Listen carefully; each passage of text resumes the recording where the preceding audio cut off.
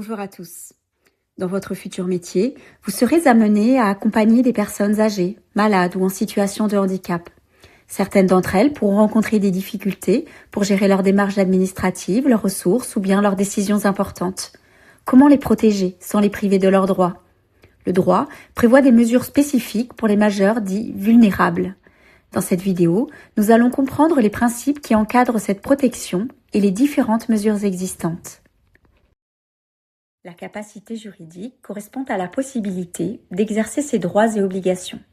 Par exemple, signer un contrat, acheter un bien immobilier, contracter un emprunt bancaire, agir en justice, faire une donation ou bien rédiger un testament. Lorsqu'une personne ne peut plus accomplir ses actes seule, en raison d'une altération de ses facultés, une mesure de protection peut être envisagée. Cette mesure peut être demandée par la personne elle-même, un proche ou le procureur de la République. Un certificat médical circonstancié, établi par un médecin agréé, est obligatoire. La décision revient au juge des contentieux de la protection qui peut accepter, refuser ou adapter la mesure. 3 principes encadrent toute mesure de protection.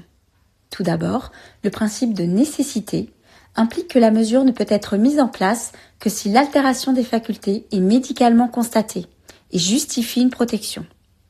Ensuite, le principe de subsidiarité signifie qu'une mesure judiciaire n'est envisagée que si aucune solution moins contraignante ne permet de protéger la personne.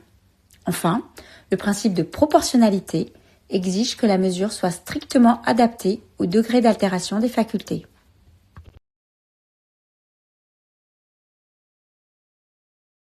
Le mandat de protection future permet d'organiser à l'avance sa propre protection ou celle de son enfant vulnérable.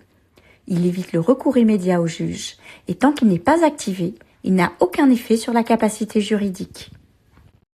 L'habilitation familiale concerne une personne qui ne peut plus manifester sa volonté. Elle permet à un proche de la représenter sans contrôle judiciaire permanent une fois la mesure accordée. Elle peut être générale ou limitée à certains actes. La sauvegarde de justice est une mesure d'urgence et de courte durée. Elle concerne une personne atteinte d'une altération momentanée de ses facultés. Elle peut également être prononcée en urgence dans l'attente de la mise en place d'une mesure plus durable, comme une mesure de tutelle. La personne conserve sa capacité juridique, mais les actes contraires à ses intérêts peuvent être contestés ou annulés. La curatelle est une mesure d'assistance. En curatelle simple, la personne accomplit seule les actes courants et est assistée pour les actes importants. En curatelle renforcée, le curateur perçoit les ressources et règle les dépenses. La gestion du budget est donc plus encadrée. La tutelle est la mesure de protection la plus contraignante. Elle concerne une personne qui doit être représentée de manière continue dans les actes de la vie civile.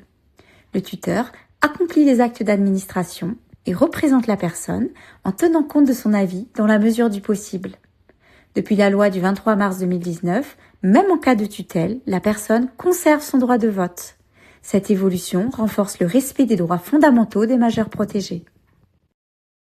Les différentes mesures de protection s'adaptent à la situation et au degré d'altération des facultés de la personne. Elles vont d'un accompagnement léger à une représentation complète. L'objectif reste toujours le même, protéger la personne vulnérable tout en respectant ses droits et en préservant au maximum son autonomie. Merci pour votre attention et si cette vidéo vous a plu, pensez à vous abonner et à activer la petite cloche pour ne rien manquer. À bientôt!